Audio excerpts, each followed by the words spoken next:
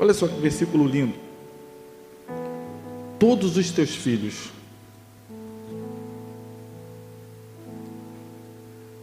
serão ensinados do Senhor, e será grande a paz dos teus filhos.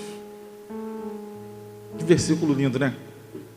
Todos os teus filhos serão ensinados do Senhor, e será grande a paz dos teus filhos. Eu sempre tive uma preocupação em relação aos meus filhos. Eu era preocupado o que eles iam ser na vida, como é que seria a vida deles, porque eu sei que eu e Lília não estaremos aqui para sempre, né? Talvez a gente já tenha até pego a senha, não sei se está perto, se está longe, mas eu sei que a gente não vai ficar aqui para sempre.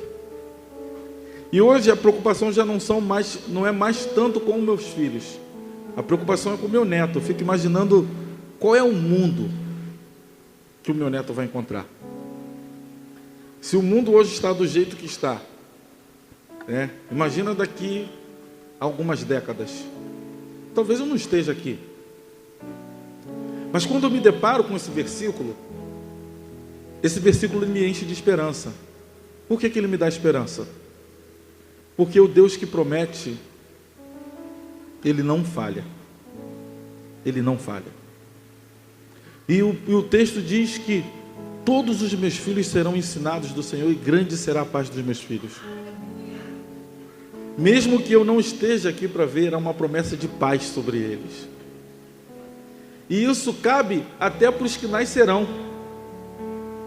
A gente tem pessoas que ainda não são pais aqui, tem pessoas que não estão casadas, mas quando vocês casarem, quando vocês tiverem filhos, independente do que quando o mundo esteja, os seus filhos nascerão debaixo de uma paz.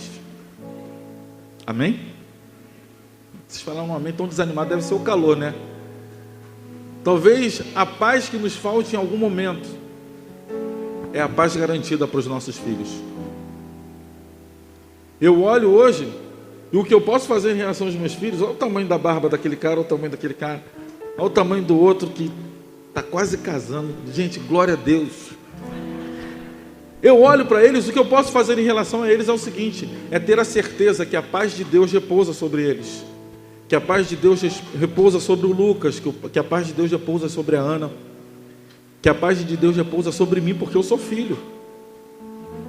Os meus pais já não estão mais aqui, eu não tenho o privilégio de ter os meus pais comigo, mas aquilo que Deus falou para minha mãe lembrou a gente quando ela, antes da minha mãe voltar para os céus, minha mãe lembrou a gente.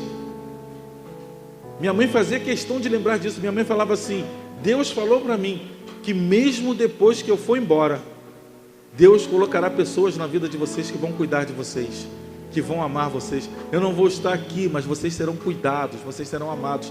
Gente, eu posso dizer para você que eu e meus irmãos e eu somos muito bem cuidados pelas esposas que temos, as minhas irmãs pelos esposos que elas têm, porque foi uma promessa de Deus feita à minha mãe. O meu lar tem paz. Os meus filhos têm paz. Vocês têm paz? Você tem paz? Ah lá, está rindo até de acidente. Por quê? Porque é uma paz de Deus sobre o meu lar. Mas eu quero dizer para amanhã para vocês que meu lar não é exclusividade. Sabe por quê? Porque o mesmo Deus que traz a paz sobre os meus filhos e sobre a minha casa, é o Deus que está sobre a sua casa, trazendo paz sobre os seus sonhos, sobre aquilo que Ele está gerando em vocês. Porque quando a gente fala de filhos, e aí eu vou falar agora como pastor, eu não tenho apenas filhos biológicos, eu tenho os filhos espirituais. E quando eu vejo o seu lar em paz, eu agradeço a Deus, porque Ele me fez uma promessa como pastor, que a paz alcançaria os seus lares. Então nessa manhã, quando eu vejo o Oliver, que não conhece o pastor Wilson, sorridente, quase se jogando no colo do pastor Wilson, sorrindo, ele não sabe que nesse 28 de abril de 2024, existiu uma igreja que levantou as mãos sobre ele, profetizou sobre a vida dele. E mesmo antes que a vida dele comece plenamente no ato da independência, houve uma igreja que estendeu as mãos e profetizou melhores anos de vida e paz sobre ele. Aí eu fico imaginando, irmãos, eu não sei como vai ser, mas eu fico imaginando. Já pensou? Pensem vocês comigo, que meu coração aguente isso. Um dia eu vim aqui e ver com um microfone na mão o Oliver, nesse lugar que ele foi apresentado, e ele pregando, dizendo que Deus é bom, que as misericórdias do Senhor duram para sempre.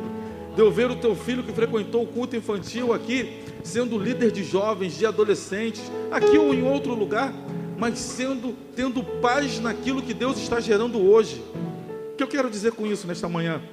Que a tua vida diante de Deus tem produzido paz para a sua casa, tem produzido paz para a sua descendência, e grande será a paz dos teus filhos.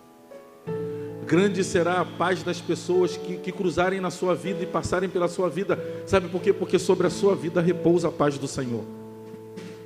E como a gente só dá o que a gente tem, é muito bom nesta manhã a gente não perder o hábito. Não perca o hábito. Pais, mães, tios, avós, de abençoarem a vida daqueles que convivem com você. E não precisa ser teu filho biológico para que você abençoe. Quando você passar por uma dessas crianças, abençoe a vida dessas crianças. Eu ainda me lembro, num passado não muito distante, nos idos de 1980 e alguma coisa, eu era criança ainda. Eu me lembro que tínhamos um hábito. Nós estávamos brincando na rua. Eu morava em Ricardo de Albuquerque. Nós estávamos brincando na rua. E quando o sino da igreja da Nossa Senhora da Pompeia tocava às 18 horas, a gente parava o que a gente estava fazendo e a gente tinha que ir em casa pedir a bênção à mãe. Mas se a gente passasse por alguém mais velho na rua, a gente passava e tinha alguns senhores lá, que até hoje moram lá, estão bem velhinhos, o seu Paulinho, eu sempre chamei ele de seu Paulinho, porque desde pequeno era o seu Paulinho, o seu Paulinho, e outras pessoas lá daquela rua, onde meus irmãos moram, a gente passava por eles e dizia, benção, seu Paulinho. Ele falava assim, que Jesus te abençoe e te faça crescer. Aí o outro falava assim, benção, dona Olívia. Aí a dona Olívia falava assim, que Deus te faça crescer e te dê juízo. E a gente era abençoado pelos mais velhos. E aí a gente chegava em casa correndo e falava assim, benção mãe, benção pai, Deus te abençoe. E voltava para a rua para brincar. Eu cresci num tempo em que a bênção dos mais velhos sempre teve muito significado. E se hoje eu me sinto alguém abençoado, é porque eu sempre levei a sério aquilo que me ensinaram, que as bênçãos dos mais velhos, ela pode produzir na minha vida um caminho de muita paz. Então sempre que você tiver a oportunidade, querido, abençoe os mais novos, abençoe quem passar por você, deseje essas pessoas, profetize sobre a vida dessas pessoas bênçãos. Sabe por quê? Porque às vezes a gente tem crianças que entram na igreja e não tem um ambiente de paz como é o seu lar. São crianças não crentes que às vezes são amaldiçoados pelos pais, são amaldiçoados pelos avós, são amaldiçoados pelos filhos, pelos tios, pelos mais velhos, falam coisas terríveis para eles. Eu sei do que eu estou falando, porque eu trabalho num ambiente de escola e eu sei o que aquelas crianças compartilham com a gente e falam com a gente. E quando elas são abençoadas, elas se sentem tão seguras, ao ponto delas às vezes declararem assim, eu queria que você fosse meu pai, eu queria que a tia Lília fosse minha mãe. Sabe por quê? Porque a gente sabe a bênção que a gente carrega.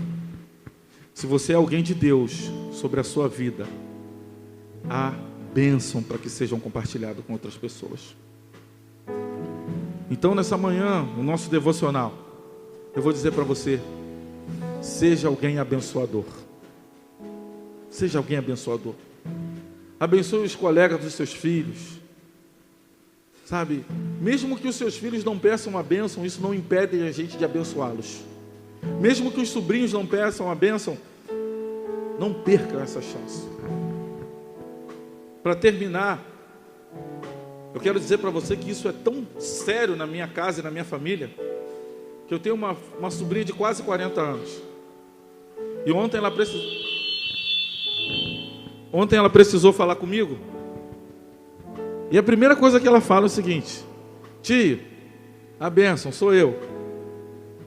Tia, eu estou precisando disso, o senhor pode fazer isso? Falei, posso, minha filha. Obrigado, tia. Bênção de novo. Falei, Deus te abençoe. Deus abençoe a Agnes, que é a filha dela, eu sou tia-avô. Deus abençoe a Agnes. Deus abençoe seu esposo. Ela fala amém, tio, amém, amém, amém. Porque todas as vezes que eles nos encontram, não importa a idade que eles tenham, eles sempre nos pedem a bênção.